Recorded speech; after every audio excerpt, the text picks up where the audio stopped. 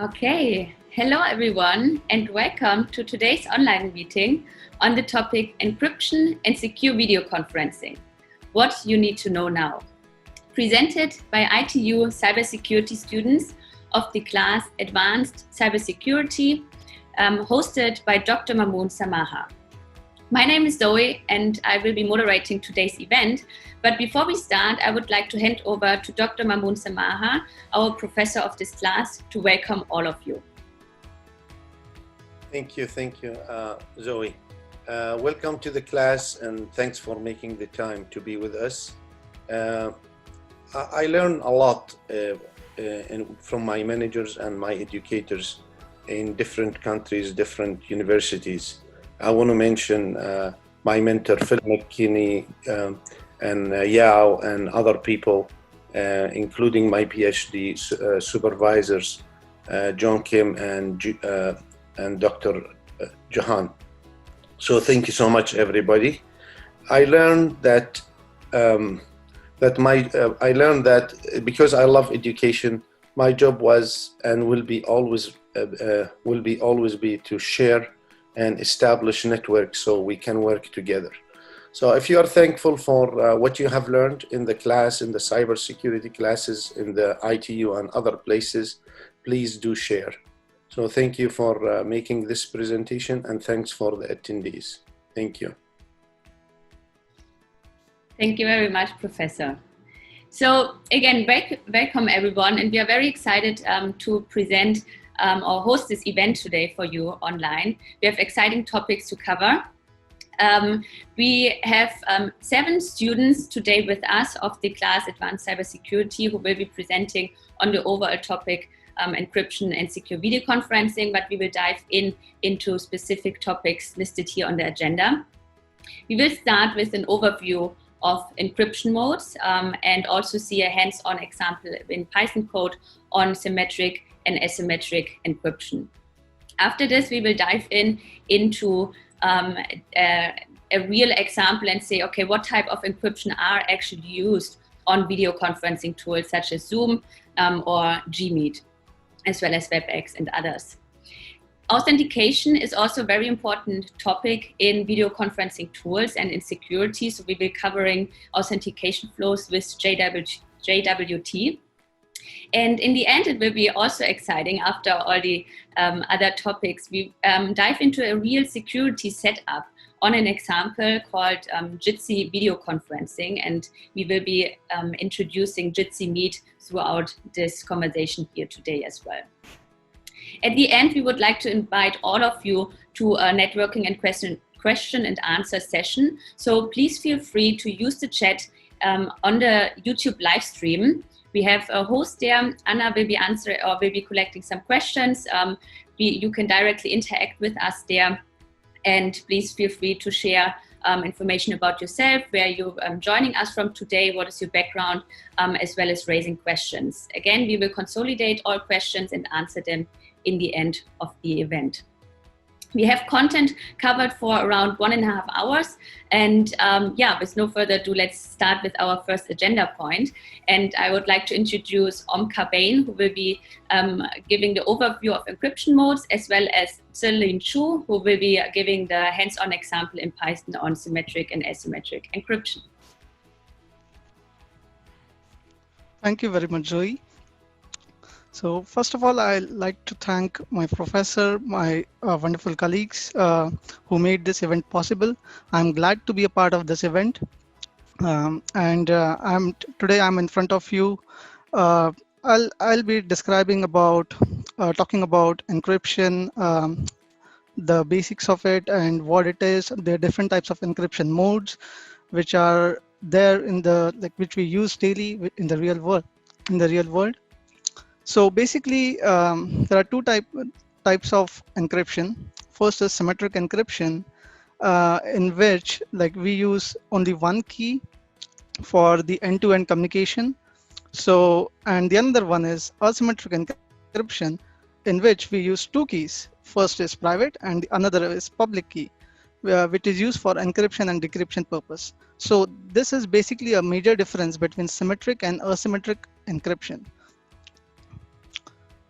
So to understand it better, over here we have two examples. So for in symmetric key encryption, the original text, right, our raw text data gets converted to ciphertext, and for that process name it as encryption, which we can do using our symmetric key. And then the same symmetric key can be used to decipher, to convert that encrypted data back to our original text. And that process is known as decryption. So we use same key to encrypt and decrypt. It's the same key which is used for end-to-end communication. The best example is like you're forming a VPN tunnel, or if you come from a technical background, you should be familiar with that.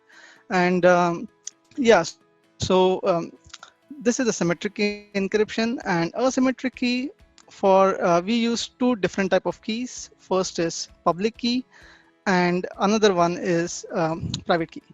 So our original text, whatever we have, we want to send it like encrypted through a secure channel to our end destination.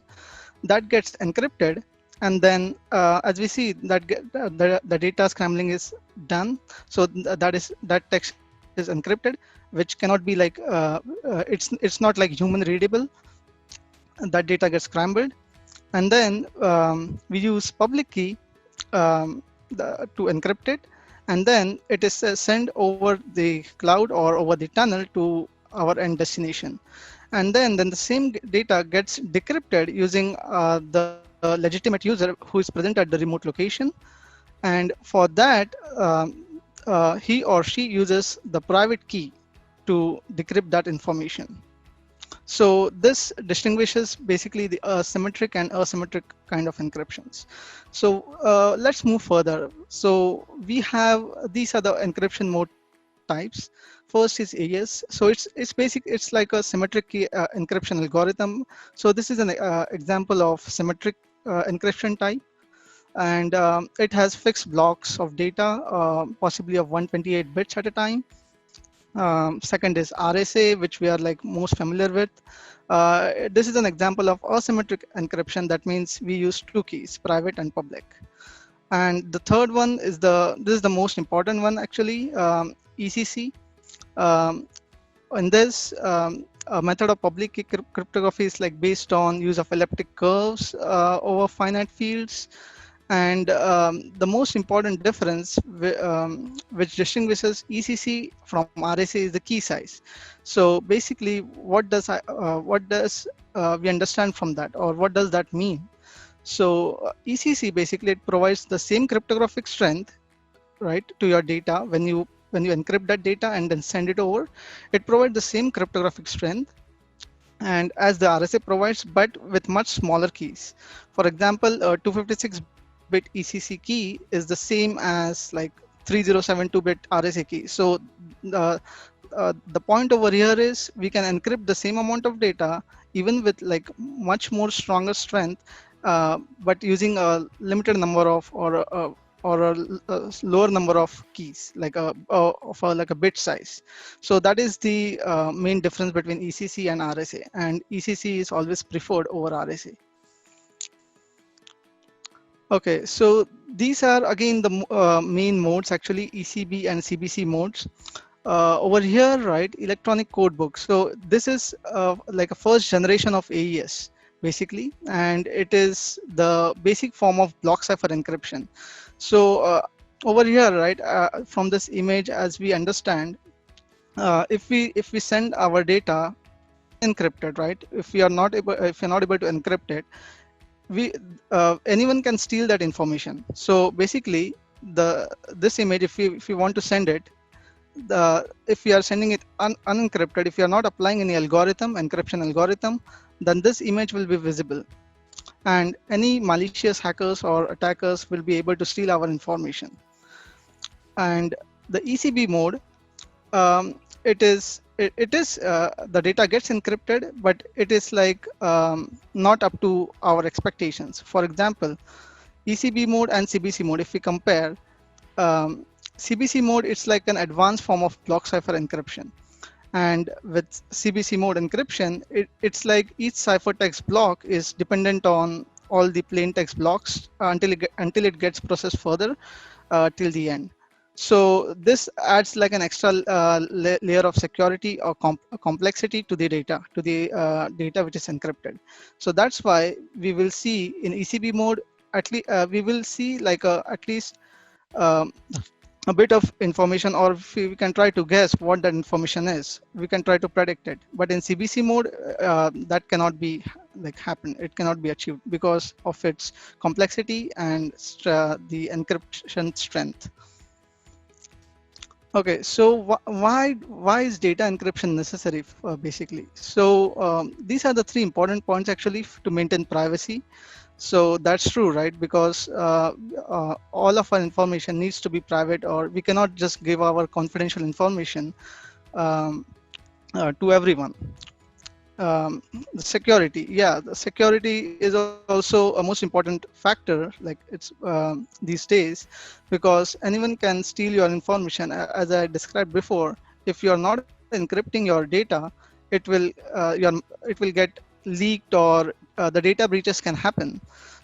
So in order to avoid that, we need security. And the another one is authentication. So there are various things, various type of authentication techniques are available. For example, if you're familiar with Radius or TACAX, but I don't want to dig and dive into in depth in detail of those, but I just want to let you know, for authentication is also like data encryption is necessary. Basically, when we visit any bank website or any other website, right, they will ask you for your credentials. So that's how they will verify your identity, and the data, whatever you feed in, it gets encrypted. Even if you are checking out, or if you are buying anything online, a small like lock icon will appear. So that's how like the data gets encrypted. That's the basic difference between data encryption and the non-encryption basically. What is an encryption algorithm? So as I said before, like encryption algorithm is it's like a mathematical formula which is used to transform the data into ciphertext. So whatever data, when we send it over, right, it's like a human readable, like it's plain text. So if we want to send it encrypted, it will be converted to a ciphertext. So this is basically a term which we can denote it for any encrypted data, ciphertext. And an algorithm like this algorithm like will be used as a key in order to alter the data in whatever way we desire, like predictable. So that even though the encrypted data will appear as like a text, or it can be like turned back into plain text by using the same key again. And these are some of the examples basically. AES and Blowfish are examples of symmetric encryption algorithm, and RSA and ECC goes with asymmetric encryption algorithm. Okay, so how is like encryption used to keep internet browsing secure? So have you ever wondered, right? If you type in any website, there will be a small lock icon will be appearing at the address bar. So what does that really mean? That if you hover your mouse over there, then you will see like that connection is secure. So this is just an example to illustrate what it really means. So this actually verifies the identity of the website, the identity of the server, that this data is encrypted, and whatever we feed in, our data will be secured and it will not be leaked.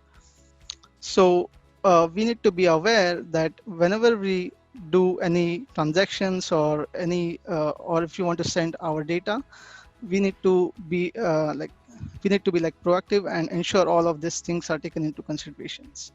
And the right screenshot, like it shows like a certificate. Basically, it's issued to google.com, and who has issued it, and the validity, right? It's valid from this date to this date.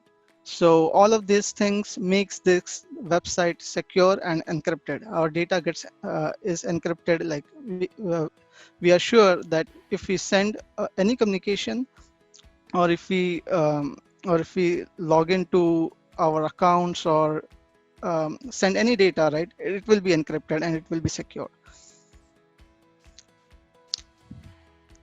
Symmetric AES.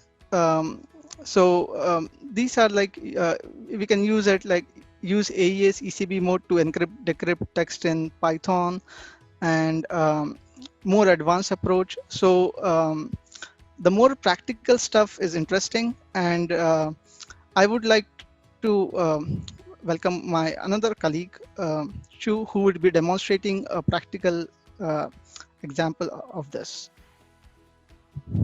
Thank you, Onka. Thank you. So hello everyone, I'm Chu. I'm Zhelin Chu. So I'm going to introduce how to code in Python, code the symmetric encryption and asymmetric encryption. So the first one will be the AES encryption. So we will do 3 following code. The first one is we will use the AES ECB mode to encrypt the text in Python, and the second one, the second one is an advanced approach, but it's also the AES ECB mode, and the third one is how to use the CBC mode in Python. Yeah, so this is the first one, the simple approach. Last we can see we include the crypto module from the AES. Include the AES module from the crypto, and then we have a general function, which is our main function. We have a key and a plain text to encrypt in line 5 and line 6. So in the line 7, we have cipher. We initialize an object called cipher. We use the AES module to initialize it, and we specify that it's an ECB mode. And then it's easy to code cipher.encrypt in line 8 to encrypt the plain text. Well, as you can see, there's a note in the line 6. We have to be a 16 byte or be able to divide by 16 and to encrypt the text. And so you can see in the yellow box, there is an output of this program. It shows the encrypted plain text. And then we can go on to the next example. So different between the one before is that in this example, we can encrypt any length of the message. In the line 4, we no longer 16 bytes, we have more bytes than 16. But how do we do that? We need a padding function. So we need to add some special character into maybe 32 bytes so we can encrypt that. So that's why we have a pad function in the line 7. We add some open bracket in the end of the text. And so when we encrypt that in the line 10, we can encrypt the whole appended message, and when we decrypt that, we can just remove those appended character. So as you can see from the yellow box, there is an output example. We still have a correct output from the console, shows the correct message. And then we have a third example here, which is AES CBC mode. You can see from the line 13, we still use the AES module, but in this time we use a different mode. We specify the mode CBC to encrypt our data. And also there's one more difference between the ECB mode is that we need another value called initialization vector, which is added to the first block of the plain text before encryption, and the resultant ciphertext is added to the next block of the plain text before encryption, and so on. So we need that information, so we need to encrypt all those information together. So that's why we include the JSON module in the line 17, and we encrypt whole information, including the ciphertext and also the IV. And when we decrypt that, we need to extract the IV from the line 23, and also extract the ciphertext from the line 24. And so you can see output yellow box, you can see this. We can decrypt the encrypt message, and also see the IV and the ciphertext. And next. Okay, so that's a symmetric encryption, and now we are going to show you an example of a asymmetric encryption called RSA. So what we will do here is we will first of all generate the private key using Python, and then we will generate public key from the private key we just generated, and then we encrypt the message with the public key and decrypt the encrypt message using the private key. So the next slide, we will see we include the RSA module from the crypto module, and then we call the generate private key method here. And in the line 10, we write the private key into the file system. And also in the line 17, we use the RSA module again to import the private key. And then in the line 18, we generate a public key from the private key. And in the line 20, we save this public key into the file system again. So now we have private key and the public key both in our file system. And in the next slide, since we have public key and the private key, we can encrypt the message. So in the line 5, we import the public key, and also in the line 7, we encrypt the message with the public key and return the encrypted message. And in the line 12, we pass in the encrypted message into our decrypt function, and we use our private key to decrypt that. And the rest is very similar to the encryption part. So after we run this command, the console line will just print the encryption was correct. So that's my part of the RSA encryption. So next slide. Yeah. Thank you, everyone.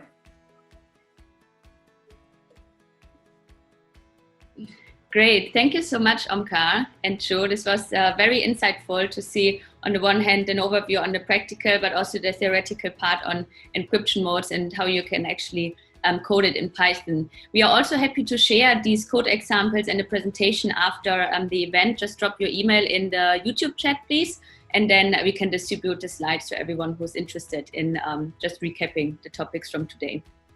So now let's dive into actual video conferencing tools used today, and discover a bit what kind of encryption modes do they provide or do they use.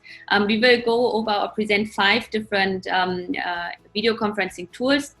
I will be presenting as well as Chitra, and we will cover Zoom, Google Meet, Jitsi Meet, as well as Skype and WebEx. So on Zoom, I wanted to give an overview of the 3 video conferencing tools quickly before I dive into Zoom. If you could go one slide back. Great. So I guess most of you know already Zoom. It's a video conferencing platform that got a lot of traction this year, with everyone starting to work from home, and everyone moved online remotely. So Zoom currently has a market share of 35% and actually really boomed in their customer acquisition to the whole the COVID situation.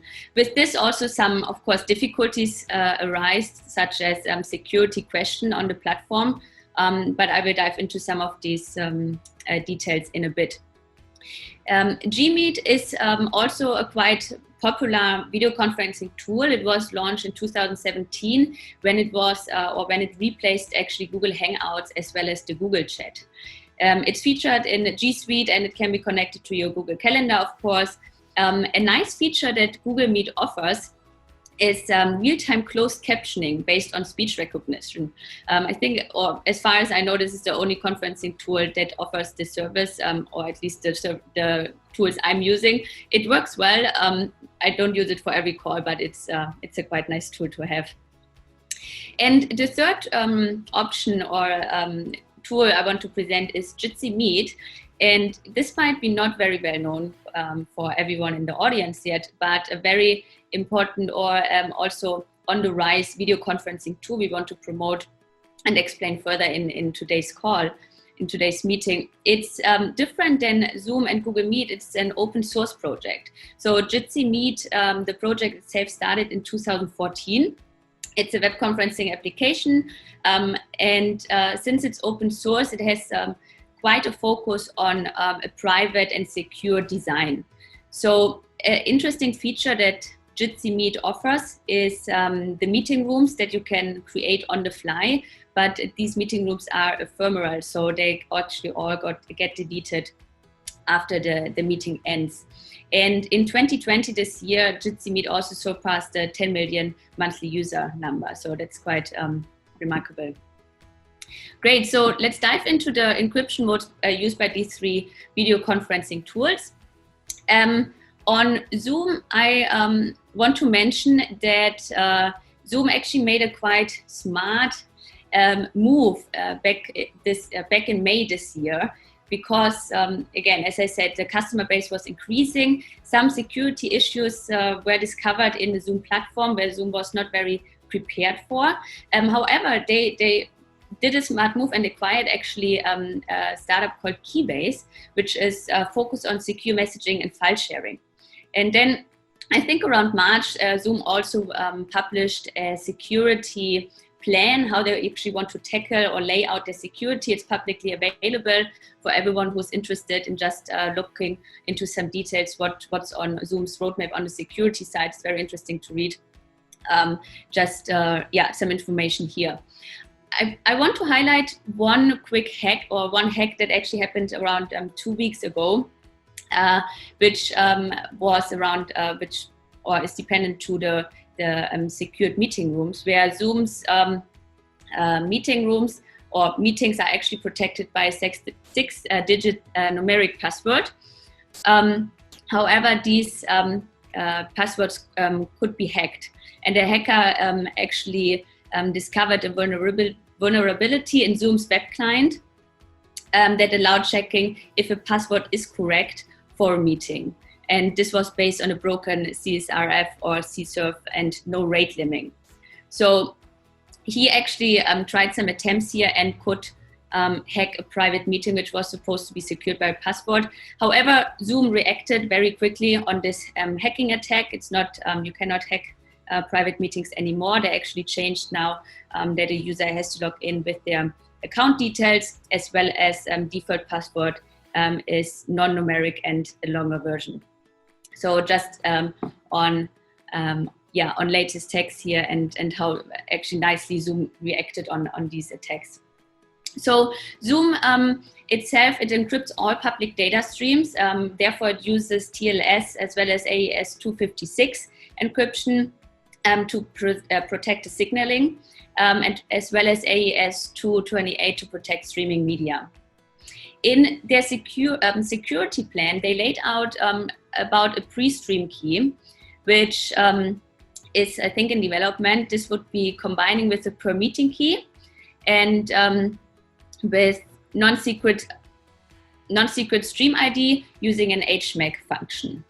So each stream key is used to actually encrypt audio and video packets using the AES GCM mode. On Google Meet, we have also some information on the encryption. Google actually ensures security and privacy by encrypting all data in transit by default between the client and Google for video meetings on the web browser, as well as on Android and Apple devices. They even have Google Meeting Room hardware. So this all the meetings hosted on this hardware is also encrypted. Interesting that also all the recordings or Meet recordings, when you have a meeting recorded such as this one, stored in your Google Drive, will be encrypted at rest by default. And also Google Meet adheres the IETF security standards for the DTLS and the SRTP, which provides confidentiality, authentication, and replay attack protection to RTP traffic. Jitsi Meet, I explained a bit before that it's different in terms that it's an open source project. So everyone can contribute to actually the code of a Jitsi Meet. So that's why it has gained a lot of traction in the developer community. And again, focuses also more on the privacy and the security for their users. Jitsi offers by now a so-called hop-by-hop encryption, which stages of a video call is encrypted in parts. This, of course, is not let's say the final solution Jitsi wants to offer in encryption. There is an end-to-end encryption in work in progress on their beta version. We actually were lucky to test it and to show it. However, we cannot show it today because there were some changes in the web application, but we have some screenshots on how it actually would look like. And Reza will explain this in his part later on. And Levon will also go more in detail into the security setup on Jitsi Meet in detail. Right, so the end-to-end encryption will be provided in specific browsers. They are listed here: Google Chrome, Brave browser, Opera, for example, in beta version as of now. Great, and now I'm handing over to Chitra, who will continue on Skype and WebEx. Hi guys, next slide please. So I'm going to talk about a couple of mainstream video conferencing tools that we've been using over the years and how they've evolved in terms of technology and security. So starting with Skype, it is one of, obviously we all know that it's the holy grail of communication between our parents, or it used to be, which translated to FaceTime later. So Skype is one of the most affordable entry-level meeting tools or a video conferencing tool available on the market right now. So the type of encryption that is actually used is secure RTP, or a profile of real-time transport protocol that provides confidentiality, authentication, or replay attack protection. The mediation server can also support encryption to the media gateway, but it should also support storage for the certificate. So essentially, it uses TLS and MTLS, transport layer security and mutual transport layer security, to encrypt instant messages, all server-to-server traffic, regardless of whether traffic is confined to the internal network or which crosses the internal network perimeter. So when connecting to Skype for business in general, the server to the third-party IP PBX, which actually acts as a gatekeeper outside, and it is actually used to exchange information essentially. So TLS is optional but strongly recommended between the mediation server and mediation gateway. So if the transport layer security is configured in this link, the MTLS is actually required. Therefore, the gateway should be configured with the certificate and is trusted by the mediation server. So that's how it kind of works on a high level. Next slide, please. So I kind of have a table of different type of traffic and how what kind of security layer it is protected by. I would like to speak about the last row because that's what we use in this day and age. So HTTPS, Hypertext Transport Protocol. So in terms of content download, downloading address, distribution, group expansion, etc., it's protected by HTTPS, also used in a lot of other tools and our day-to-day. Next slide, please. So if you can move, next slide. So Cisco WebEx is another commonly used tool, and it combines desktop sharing through a web browser with phone conferencing and video. So it is a better version of Skype, but it's also free in terms of basic usage. So everyone can see the same thing. You can save time and money in terms of travel, like how we all are utilizing video conferencing tool as of today, given the pandemic. You collaborate in real time, and you can actually keep track of conversations and decisions, or it has a bunch of cool stuff like recording and screen sharing, just like any other video conferencing app. Next slide, please.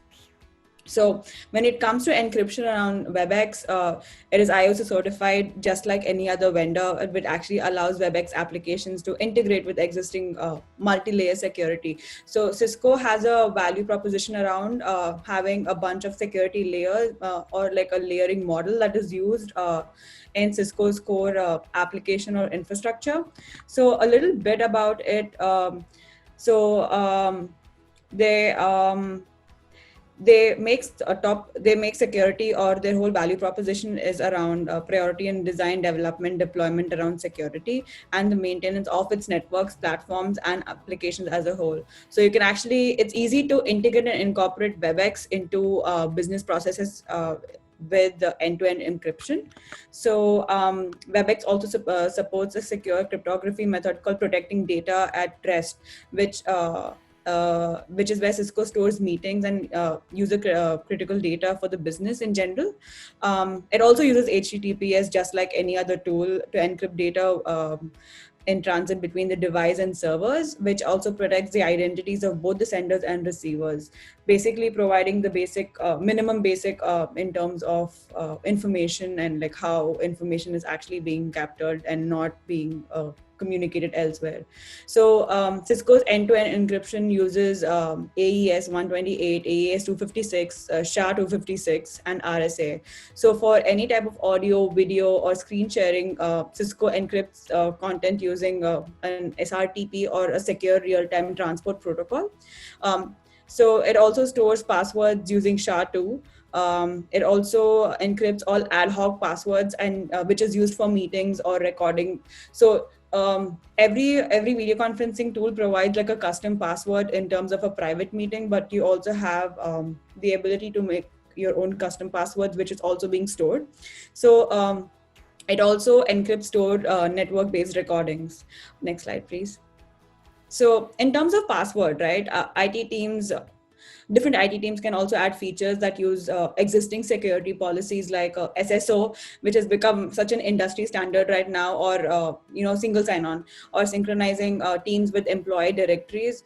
So it's a very good feature because even Microsoft has enabled Teams or Skype for Business into the employee directories. So WebEx, they automatically recognize if someone has left a company, so they understand that and they kill the user credentials so that nobody's stealing data. So any company can configure WebEx team. So all it just requires is password authentication to match the corporate security standards that any company has, and it differs. The teams, they also support identity providers that actually use security assertion markup language, which is SAML integration, SAML 2.0, and OAuth, which is open authorization 2.0 protocols. Next slide, please. So I have a high-level diagram of the multi-layer security model that Cisco considers its value proposition, and it's sliced into three major areas, one being application security, the second being data center security, and the third being security and trust. So the first application security layer actually consists of cryptography, administrative controls, and end-user controls. And the data center security consists of physical security, infrastructure, and platform security.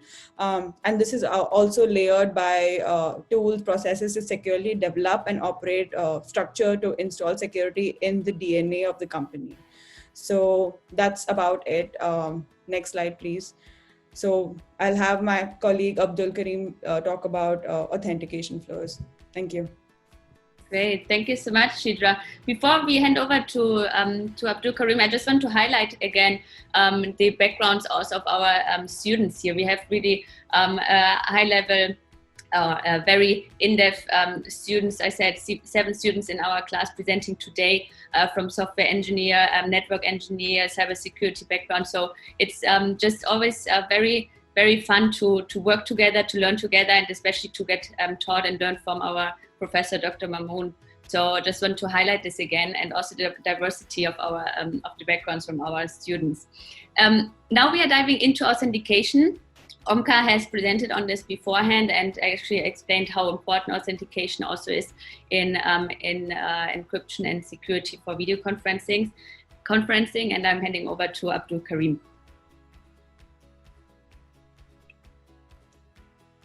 Hello, everyone.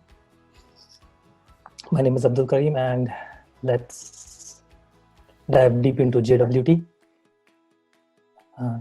So JWT, what is JWT? JWT technically is one of the most widely used standard across all the modern web applications and mobile applications, ranging from user authentication and invoking REST APIs to transfer information between applications and resource servers. So JWT is an open standard that was created to handle client authentication and authorization. By authentication, we are talking about identifying whether a user is who he is claiming to be. And by authorization, we are identifying whether the user has all the right roles assigned to him in order to access certain resources, certain secure resources. And if we look at how JWT is used to achieve this authentication and authorization is by exchanging information between two entities. Usually these two entities are authentication server and the client. Technically, what the authentication server does is it issues a JWT, which is nothing but a JSON web token, or we usually refer to JWT as a JOT. So this token is nothing but a very long encoded string, and this encoded string is decoded on the client side, and the claims are extracted from this token. And I have highly referred to the JWT as a long string, but if you take a look at what JWT is, you can see on my screen, it's a really long string which is concatenated with each other. If you take a deeper look at this string, you can see the string has 3 different colors, and each different color identifies a specific part of that JWT. The first part you can see is highlighted in red. It's separated by the second part through a period, and the last part, which is in a different color, again is separated through a period. So let's see what that each part denotes. So the first part is header. Basically, the header contains the necessary information about what type of algorithm was used when preparing this JWT, as well as what type of token that is. Basically, we have 2 different types of authentication tokens. One is an access token, which is relatively smaller in size, and the other one is the longer version of it, the JWT, which you see on the screen. The reason why JWT is such long is briefly because it contains a lot of information within it, which when the client decodes on the client side, he'll receive a lot of claims from it. Levon will be going through in detail what those parts are. And the last part of the JWT was the signature, which is used to actually verify whether the sender is who they are claiming to be. And moving to the next slide, we have spoken that JWT contains a payload. Now, what that payload contains. So payload contains nothing but claims. These are the pieces of information which a client application receives, and the client application sends this information to the resource server. Basically, whenever a client is preparing a request to a resource, for example, an HTTP request to fetch certain resources from resource server, the client updates that HTTP request by adding JWT as a header information. So few of the claims that we go over here are audience, AUD, denoted by audience. Basically, what audience is that it identifies who the intended recipient of a token is. For example, application A requests for a JWT, then the audience field will include information for application A. The significance of this claim is that a claim which was issued for one application cannot be used by any other application. If any other application, like for example, XYZ is trying to use a JOT which was issued for application A, then the resource server rejects the JWT. The second claim that we go over here is issuer. issuer identifies which entity or principal issued this JWT. Most often, this issuer will be the authentication server, which is hosted in-house. And the third claim is the subject. Subject identifies the entity to whom JWT belongs to. For an example, if I as a user tries to authenticate myself and I am issued a JWT, now I am the subject of that JWT. And in the context of the issuer, every single subject should be unique. No two subjects can be sharing the same details. So that is actually how users are differentiated on the basis of JWT. The third critical claim is expiry, and this is very configurable claim. What expiry does is, for an example, when I as a user authenticated myself and I got a JWT, I cannot use this JWT after, say, for X number of days, because my JWT is expired. So we always want to keep continuously keeping on users authenticated, and we keep on issuing the most updated JWT. Not updated in the sense, but we keep on validating. We follow the policy of trust no one. So every single time somebody has to request a resource, then we have to pass on JWT to. So by using this expiry claim, we can make sure that whatever jot is used, it's unexpired. And issued at is another claim that can be used to offload the JWT verification to the client server, to the client application server. Basically, how it differs from expiry is that if an application, or if I as a developer specifically specify that I want to expire out a JWT after 2 hours it was issued, I can make use of the issued at claim. Whereas my expiry can still be like 2 days, but if my issue date is set for 2 hours, it will my application server will straight away reject it out. And if we take a very brief look at the Python code for encoding and decoding the jots. So the library, the Python library that we are using here is PyJot, and you can see that this program has 2 critical components. The first component being the payload, in which we are specifying audience, issuer, subject, context. Context basically contains any necessary information that the client application might be needing. And then we are also passing out roles for authorization need be, and issue date and expiry. So that is my payload. And then I am invoking on line number 22, you can see that I'm invoking the encode method of the jot library to actually prepare the jot. And I'm passing payload as a parameter, secret, algorithm type, and the headers. And let's move to the next slide. So once in the previous slide, we have covered creating a jot. Now, if I want to decode this jot, I can straightforward make use of the decode method from the jot library. Basically, I'll be passing whatever jot was created, and I'll be passing the same secret to it. I'll be specifying the algorithm. If at all my jot has expired, or if at all the claims were not true, then my decode method straight away throws an error.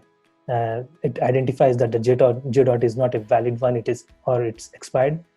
Technically, you can request again to issue a new jot through an authentication flow.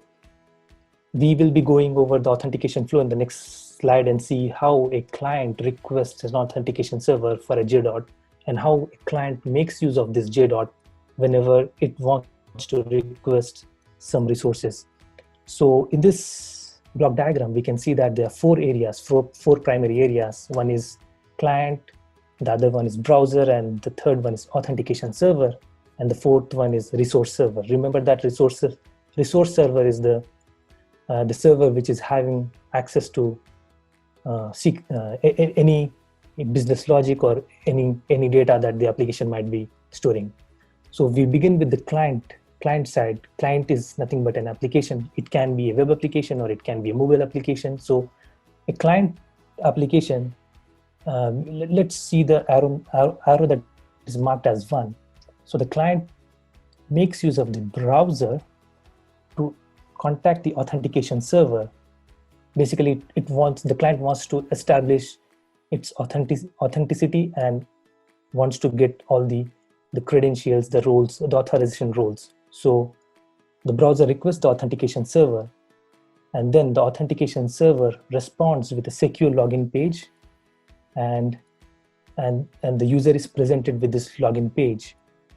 The user enters his username and password on this secure page and directs the information to the authentication server. And in the 5th arrow, we see that the authentication server verifies these credentials, and if the credentials are valid, if the user has successfully established authenticity, it generates a JOT and sends back to the browser. And under the arrow 6, we can see that once the browser has received a JOT, it will pass down the JOT to client, and client, whenever it wants to request for any secure resources, it will make an HTTP call to resource server. So client prepares this HTTP call, and to this call, it appends my JOT in the request headers, prepares the request, and through the browser, we can see that arrow number 8, it dispatches the data request to the resource server.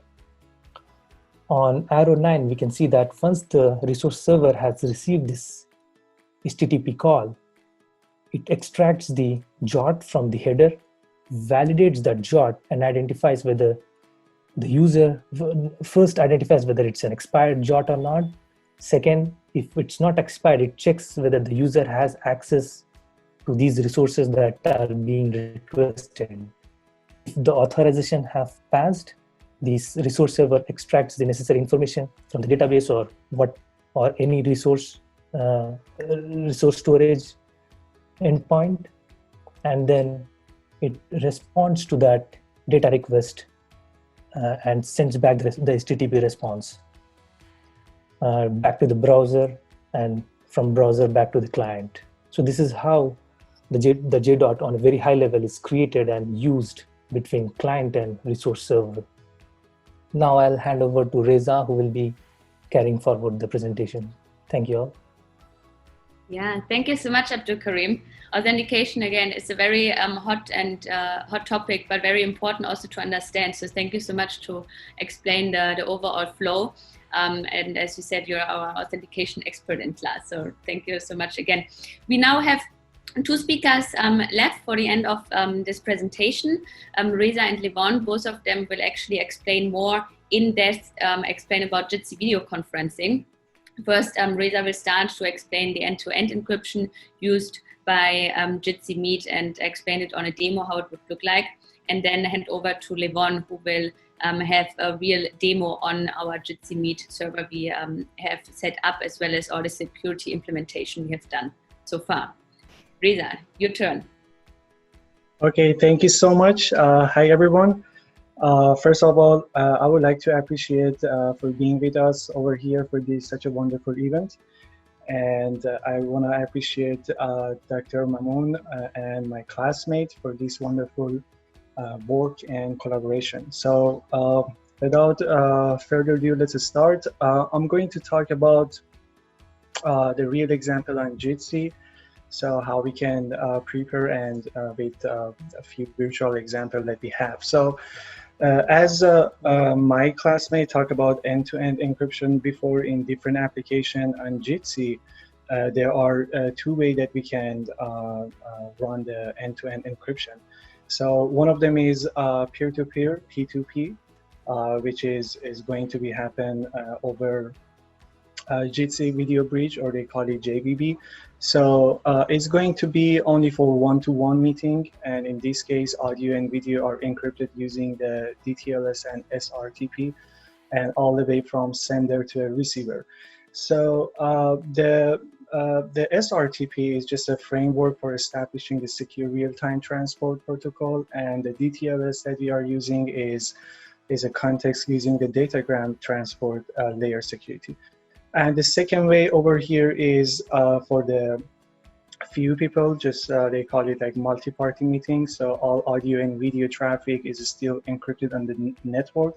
So again, using the same mode, which is the DTLS and SRTP. Next slide, please. Yeah. So on Jitsi, as Zoe mentioned before, we are able to enable end-to-end encryption. So, but at the moment, we are not going to do any example about this, but we have some virtual example. But just the point is, when we are opening the application on Jitsi, we are able to provide any key, any password. So, and it can run as an end-to-end encryption. Next slide, please. Yeah, so as an example for E2E encryption, so let's say we have few people on the call, and the last person, or is trying to join to the call. So because the video has been already established in secure mode, so the fourth person or the third person, once they join to the meeting, they cannot hear or see anything. So they just stay seeing some rubbish screen. If you go to the next screen, yeah, so as you can see here, the fourth person is just joined because they don't have any password, they don't have any key, they cannot see anything. So this is the example of E2E or encryption mode in Jitsi. So once the rest of the party, the rest of the people, they provide a password for the fourth person, they can see the fourth person can join to the meeting and can participate, can just watch the video and listening to the people. So the point was how that end-to-end encryption is a big point and highlighted in Jitsi. So how does all this work? So as we talked earlier, in most of the application and mostly that we are talking about Jitsi, is protected by secure username and password. So however we can define those, we can make a room as example, room name or any class name, whatever, plus a password. So as we mentioned, in this puzzle that we put all the DTLS and SRTP in WebRTC, so it's all strictly tied together in the peer connection, which means when using when we have a video router like Jitsi, when it's involved, the WebRTC and DTLS and SRTP can only provide hop-by-hop encryption, as we mentioned this one before. So this is what protect all the data on network. So in order from media from one participant to reach another, so we need to extract from the sender crypto context and re-encrypt it with the receiver. So in order to establish hop by hop. So here is a quick brief and example about hop by hop in Jitsi. So as you can see over here, so it's going to decrypt the information while it's just crossed to the video bridge. So is going to provide whoever controls the JBB machine, so which is the Jitsi. So, and is going to make the opportunity to access to the data. So, meaning to providing the password for the rest of the people in the meeting. So, and then once all this has been established in hop by hop encryption or mode rather, so then everybody can hear and see each other in the meeting. And the next one, as we pointed earlier, is end-to-end encryption. So it has been a few years that the privacy enhanced RTP conferencing that they are all working on this to make a new design and transfer the extra layer of security on video conferencing. As an example, like a Jitsi. So they call it E2E, and how it worked exactly on WebRTC conference. So this is just like better idea to being some weak password or authentication and in DTLS and SRTP implementation. So as I mentioned, so it's going to add the additional layer of security in our conferencing, and is going to be on top of the existing security layer that we have. So as example, if we have hop by hop, so we can add the additional layer of security, which is end-to-end encryption.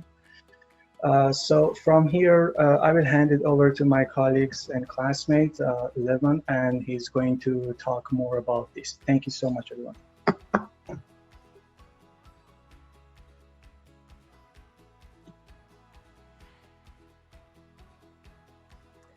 Hello, everyone.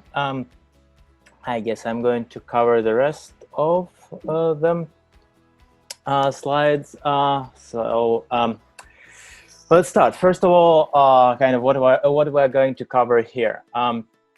We're going to cover well, basically public keys which are used for SSH. We will basically run through the setup of the server to some extent. I'm not going to cover it very deeply because it's more like admin part rather than security part. But anyway, I'm going to cover fail to ban to protect SSH. After that, I'm going to cover, well, just briefly, it's basically one-liner. Let's Encrypt part. It's a service to provide certificates for the web server. And after that, I'm going to cover a little bit of firewalls. I'm going to cover practical part of JWT tokens. And I'm going to cover fail to ban in terms of protecting our own authentication part, which we will handle with our code. So SSH public keys, it's actually pretty simple and straightforward. I guess probably almost everybody is familiar with it, but in Unix-like systems, you can basically use SSH keygen utility, which basically generates you a new set of keys, public and private. In Windows, you can use something like puttygen, pretty much the same, but with GUI. To copy it, either use SCP in Unix-like systems, or use WinSCP, which is again GUI utility in Windows. One thing, I don't remember the name from the top of my head, but there is an utility that in Linux basically allows you to copy the key to the target system in one line. Okay, one thing, don't forget to disable password-based authentication. I've shared the line in the bottom. Password authentication, no. Set it to no in etc ssh deconfig. Also, Let's Encrypt. With Let's Encrypt, it's pretty straightforward. Once we install Zoom with Jitsi, we already have the script pre-shared with us, and we basically just invoke the line I shared, and that's pretty much it. In worst case scenario, what could have happened, you might need to install certbot, but that's pretty much it. Fail to ban. This part is basically out of the box part. You just install fail to ban. I've just shared a few snippets of a few commands, like the ones you want to invoke. So basically install it, copy the configuration to jail const to jail local, edit it, and after that, basically in the configuration, set enabled to true in SSHD section. Firewall. Right now, I'm showing a screenshot from Amazon's firewall configuration. Personally, I don't really like it because it does not really have a lot of options.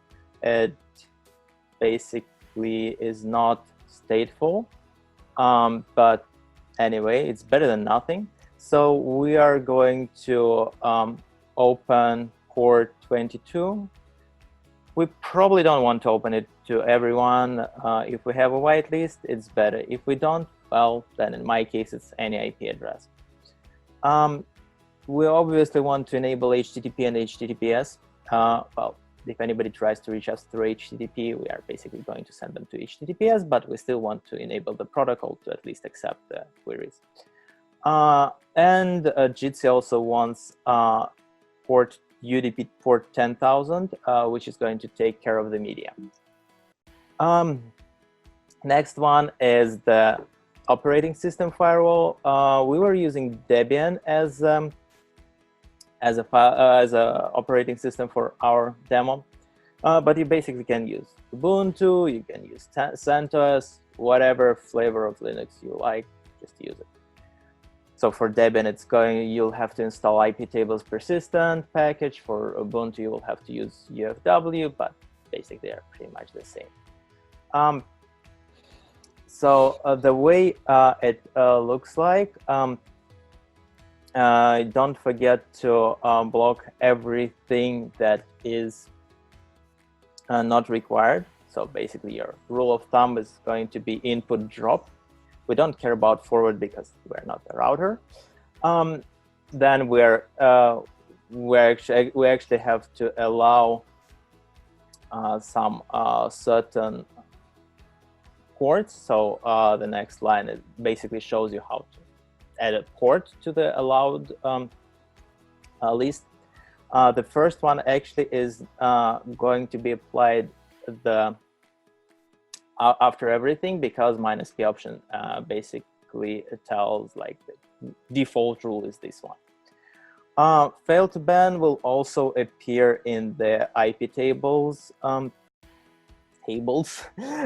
So don't get confused. You will see those rules, and it depends on how many jails do you have.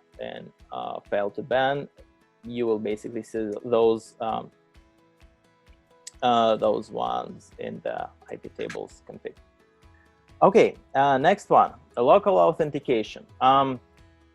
Let's say we already installed Jitsi, and basically, quite honestly, it's just add the source to Aptitude or to Yum or your packet manager, and just basically issue a command to install it. And let's say you have your Jitsi up and running, but you don't really want it to be available to everyone. You want only your company, school, whoever, your friends to use it. You don't want a complete stranger to get into it. So you probably want to introduce some kind of authentication. Basically, it's done through prosody module, and we're going to deal with prosody here. So basically, you have to edit prosody configuration in configuration available directory, and the file name is going to be the domain name that you defined when you installed Jitsi. So what you want to do, you want to change authentication to internal plane. And also you want to add guest virtual host and allow anonymous access, because otherwise there would be no way for the guest to get into your Jitsi system and basically enter the password. Next one, you want to add anonymous domain to Jitsi Meet configuration, and that's basically how you do it. That's the middle part of the slide. The last thing, you want to add this line to SIP communicator properties. Again, replace our domain name with your domain name. So again, after doing everything, you want to restart pretty much everything. Toughest part here, you have to create users over the command line. And if you're a small company, if you're sharing Jitsi with your friends, that's fine. But if you're an enterprise, you probably don't want to create a user every single time, and you don't want to go into the command line every single time somebody wants to create a user. So that's not too flexible, let's just say. But here is the command how you do it. So if you're satisfied, you basically can drop for like next 5 to 10 minutes because I'm going to cover token authentication. So the token authentication is going to involve some amount of witchcraft. First of all, Lua Crypto does not work with libSSL 1.1. At least it didn't work when we installed them demo. So we had to downgrade to 1.0. Also, we want to install additional packet, Jitsi Meet tokens, generate application ID and the secret. Basically, just get any password generator and you're done with it. I mean, it's just a long enough string. Don't do it 1 to 3, obviously. You want it to be secure. Add application ID, app ID equals your ID that you generated, and app secret equals your secret that you just generated, and authentication equals token to the virtual host your domain section, the one I showed 2 slides before. So instead of internal plane, it has to be domain, it has to be token, and basically also add these 2 lines. Make sure that token verification is enabled under component conference JIT-meet example, well, conference jitmeetexample.com MUC section, but well, obviously it's going to be your domain, not JIT-meet. In our case, it was our domain. So I quite honestly didn't copy it from the real file. One thing I wanted to cover before going a little bit into practice is Decrypt. Basically, Blowfish also can be used for hashing, not only for encryption. Decrypt is the Python module that can be used for dealing with Blowfish stuff. And the first line basically shows you the hash itself. So the first part between $signs is basically the algorithm that is used. The current one, I believe, is 2B. The next one is the cost, like 2 to the power of 12. The next part, I believe it was 22 characters, is the salt. And the last part is basically the hash itself. So in Python, basically import Decrypt, create a salt, and the line that is hashed equals bycrypt is basically the creation of the hash. It's that simple, just 3 lines: import, create salt, create hash. To check the password, Decrypt offers basically one-liner. You feed the candidate password, the one you want to check, and you feed the hash code to the module, and it basically gives you true or false. If it's true, then obviously everything is fine. If false, well, guess what? Somebody will not get his token today. After that, you see basically the output of MySQL. That's how the database entry looks like for my current user. Don't try to break the hash. It's basically super password. And I'm not afraid to share that one. Obviously, my passwords are a little bit more secure, but anyway, so basically we have the hash here, we have login name, and we have first name and last name that we're going to use in our JWT when we will create. So as Abdul Karim already mentioned, that's how you create the token.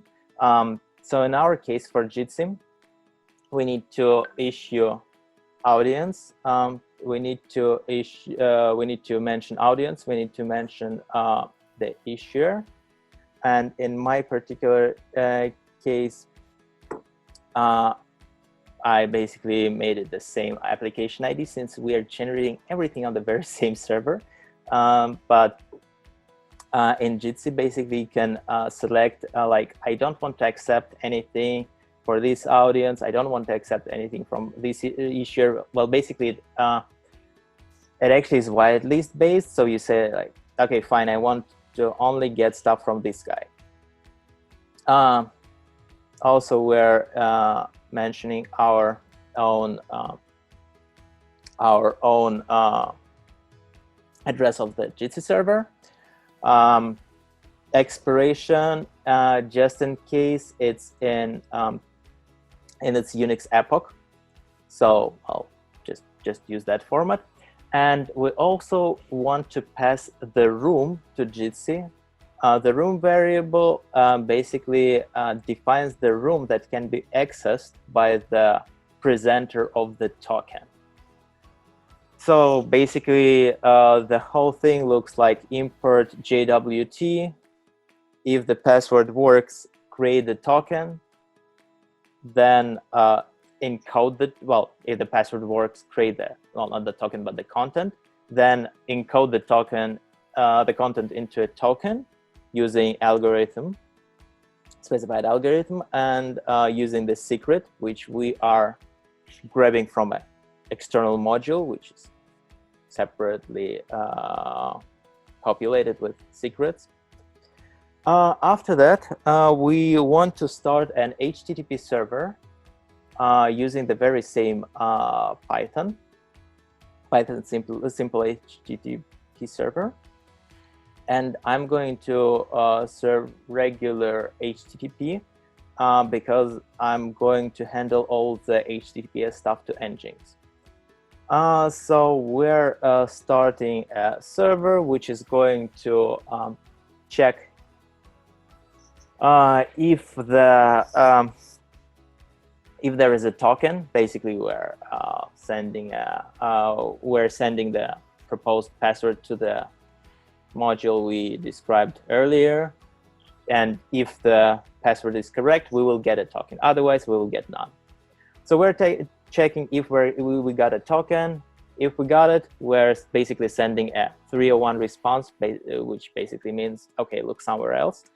Sending the client to the very same our server, but with the room name and with the token.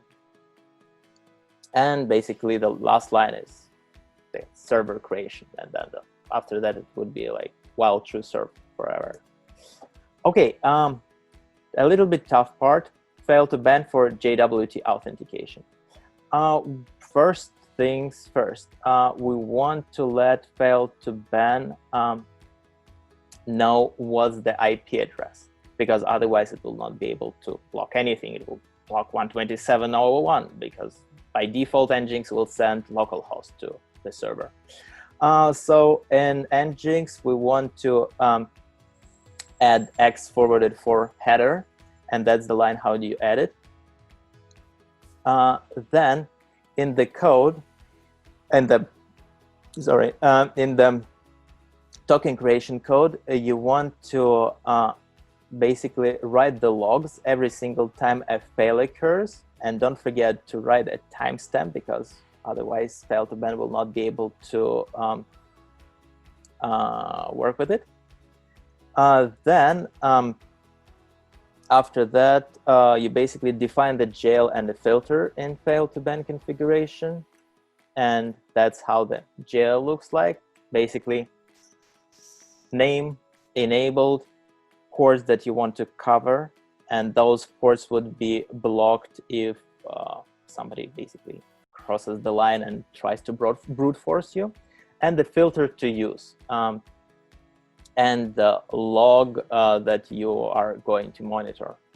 By the way, don't forget to, if you just created the thing, don't forget to touch the log. Otherwise, if the file is not there, basically fail to ban is going to crash, and it's going to complain in your logs. Filter, that's how you want to create a filter. By the way, you basically want to know a little bit about regex. Otherwise, you're going to have hard time working with it. Also, the way how you basically format it: definition section, then failed regex, the way you basically want it to be, And in my case, I simply do timestamp, then word fail, colon, and the next after a space there would be an IP address, and that's the format how fail to ban expects it. The log code, basically that's the code you want to add to your token creation. Well, open the file, write the line, and basically that's pretty much it. And the last line takes care of the forwarded headers. Okay, that's how you want it to be in. That's how you want it to be in Nginx. In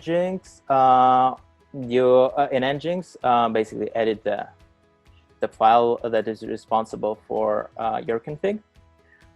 Then don't forget to also escape the login page, the one that is going to be kind of like static.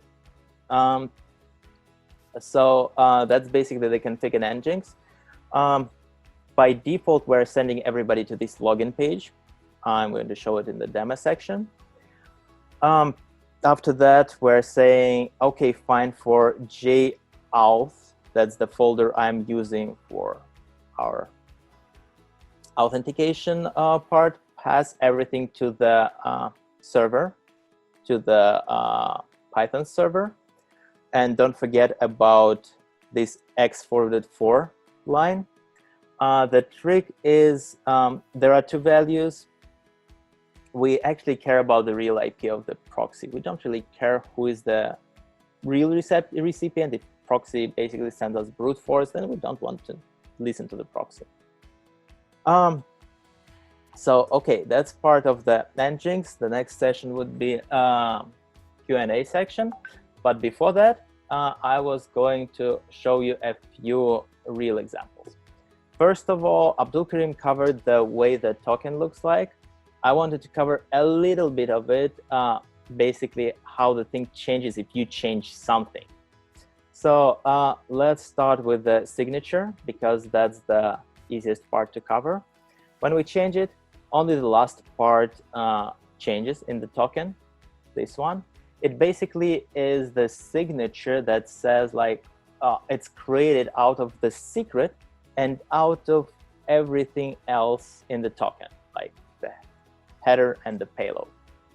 So if you change the shared secret, the secret, only signature is going to change. Now, if you change anything in the payload, let's delete a few digits here. You see that the payload changed, the signature changed because signature depends on both payload and the secret, but the header stayed the same. So basically, this part has nothing to do with the second part. But if we change the header, let's say, I don't know, let's take, oh, okay, fine, it's not going to do this, but let's change the type. The algorithm is basically important, so yeah, don't change that blindly. Let's change the type. Once I change the type, the header changed, the signature changed, but the payload part did not. It's still E, Y, J, and whatever. So that's what I wanted to share on the JWT part. Now let's go to demo. That's basically how our login page looks like. Here is our page, and you can see it's HTTPS by the basically this padlock, and as you can see, it's issued by Let's Encrypt to our domain. Anyway, I'm going to log in as me. We have only me, and I'm going to enter the password and the room name. And if I did not forget my password, it's going to let me in, and it is. And if you will make it on time, you will see that it actually had the token in the URL, but after that it disappeared in a bit. Here is the link that you can share with your friends, and basically you probably want to add a password, otherwise anybody would be able to join. I'm going to add a simple password, which is 1234. And basically, now I'm in the session, and you can see my face both in the corner and in the meeting, though the one in the meeting is a little bit blurry because, as you can see, it's LD, which stands for low definition. One thing I wanted to cover here, I had to jump from 1 core and 512 megabytes to 4 cores in Amazon's instance, just because I didn't want to, well, first of all, with 1 core and 512, it basically crashed occasionally. So give it a little bit more juice. And also what I wanted to demonstrate, I'm going to use my other laptop. And let me join my own session. And if I did not make any mistake, you are going to see 2 faces, and my face from a different perspective once I'll enter the password. And also Jitsi could be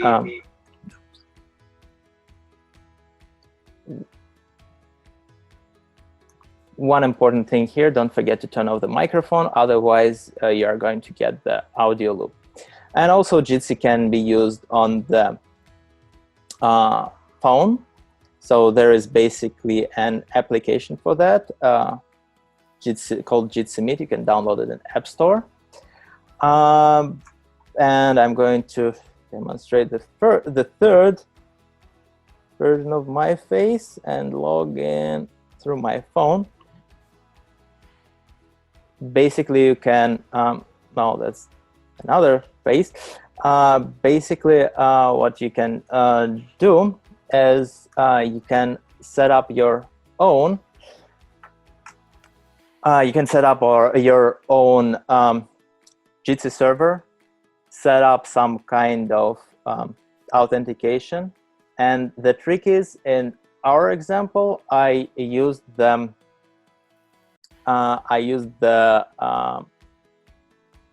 server itself as an authentication entity.